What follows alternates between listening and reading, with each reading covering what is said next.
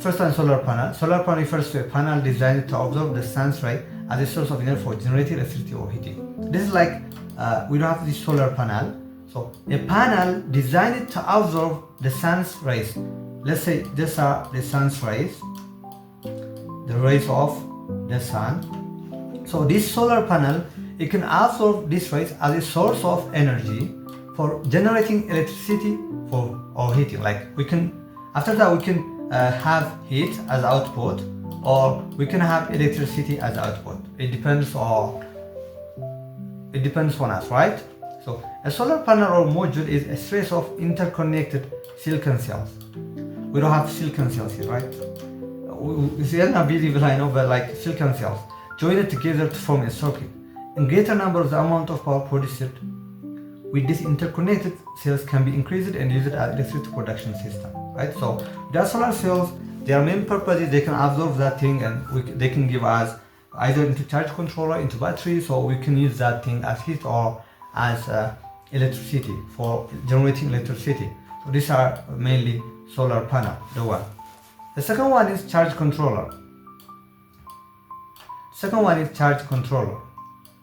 So here in charge controller, a charge controller for solar power system is an electronic device which regulates the voltage for charging battery which comes from solar panel. This is used for regulating the voltage for charging. As I said before, let's say this is the panel, the solar panel, then it's connected to this charge controller. Then we don't have the battery here. So it's main thing is like regulating the voltage for charging battery which comes from solar panel. This regulating voltage. So the thing is, if production of voltage is high by the solar panel, then a charge controller regulates the charge to the batteries, preventing any overcharging.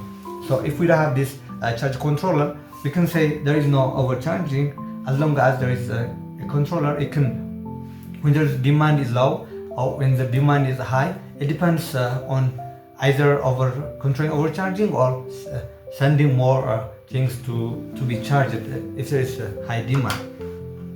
The other thing is, if power system doesn't have a battery, if we don't have battery, if we are using directly the solar panel, so we don't need what?